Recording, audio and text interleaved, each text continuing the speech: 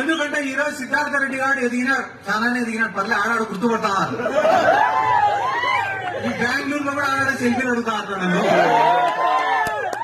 కానీ నేను ఈ స్థానంలో నిలబడినా అంటే దానికి కారణం వైఎస్ జగన్మోహన్ రెడ్డి గారు, వైఎస్ఆర్ కాంగ్రెస్ పార్టీ.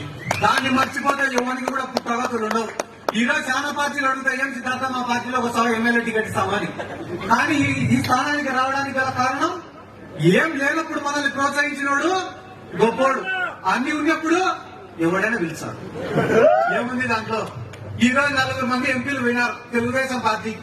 వాళ్ళని 10 మంది గుర్తుపడతారన్నా, వాళ్ళని ఎంపీలుగా చూస్తారన్నా, వాళ్ళ కాడ డబ్బు లేని 10 మందికి తెలిసిందన్నా దానికి కారణం వైఎస్ జగన్మోహన్ రెడ్డి, వైఎస్ఆర్ కాంగ్రెస్ పార్టీ. దాన్ని మర్చిపోయి వాళ్ళేమనుకుంటున్నారు, సొంత బలం అనుకుంటున్నారు. మా కాడ లెక్కుంది కాబట్టి చంద్రబాబు నాయుడు పిలుచుకున్నాడు అనుకుంటున్నారు. మా పైన చంద్రబాబు నాయుడు ఈ పరిహితమైన లవ్వు అనుకుంటున్నారు. చేరినాక తెలుస్తుంది లవ్వు లేదా. మీరు ఒక 2 నెలలు ఉంటే మీరు ఎంతసేపు ఉంటే ఇంకా 1 సైడ్ లవ్వే. మీరు చంద్రబాబుని ప్రేమించాల్సిందే, ఆయన ప్రేమించాడు. మా నియోజకవర్గంలో కూడా మొన్న ఒకటి చెప్తాడు, నేను పోయి చంద్రబాబు నాయుడిని కలిసి వచ్చినా పాపం నన్ను చూసినే కన్నీళ్లు పెట్టుకుని దగ్గరికి తీసుకున్నాడు చంద్రబాబు అంటే వ్యక్తికి కూడా. 40 ఏళ్ళు కాపురం చేసి ఆయన భార్యకే తెలియదు ఆయన ఏడుస్తాడో. అట్లాంటి నిన్ను చూసి నవ్వుతాడంటే అయ్యే పని, ఏడుస్తాడంటే అయ్యే పని, ఎటు నమ్మి నువ్వు అంటే. ఇట్లాంటి వ్యక్తులందరూ పార్టీని విడిచిపెట్టి పోతే కూడా ఒకటి నేను చెప్పదలుచుకునేది ఏమన్నా అంటే, మళ్ళా మీ కుటుంబం గురించే చెప్పాలన్నా. పార్టీ వచ్చిన మొదటి రోజు నుంచి ఈ రోజు వరకు ఆ పార్టీ కోసం కష్టపడతా అనే కుటుంబం మేఘా పార్టీ కుటుంబం.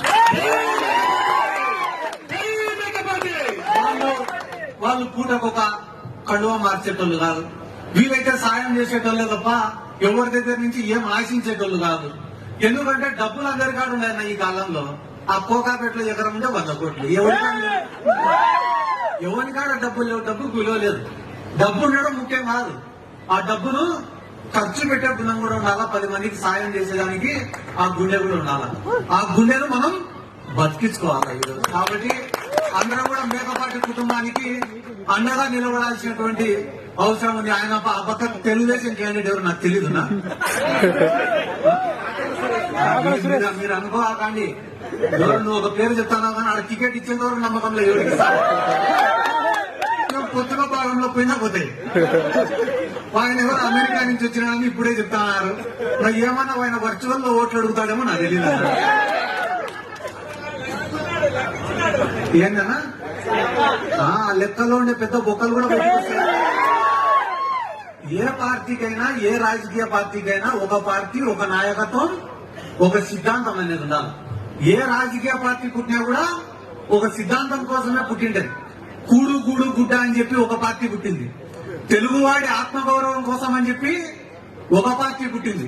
పెట్టుబడిదారులకు వ్యతిరేకంగా అని చెప్పి ఒక పార్టీ పుట్టింది. సమసమాజ స్థాపన అని చెప్పి ఒక పార్టీ పుట్టింది. వైఎస్ఆర్ ఆశయ సాధన కోసం అని చెప్పి ఒక పార్టీ పుట్టింది. తెలంగాణ రాష్ట్రాన్ని సాధించడమే ధ్యేయం అని చెప్పి ఒక పార్టీ పుట్టింది. ఏ సిద్ధాంతం లేని పార్టీ కూడా ఒకటి ఉంది, అది జనసేన పార్టీ. చంద్రబాబు నాయుడు ముఖ్యమంత్రి చేసేదానికి పుట్టే పార్టీ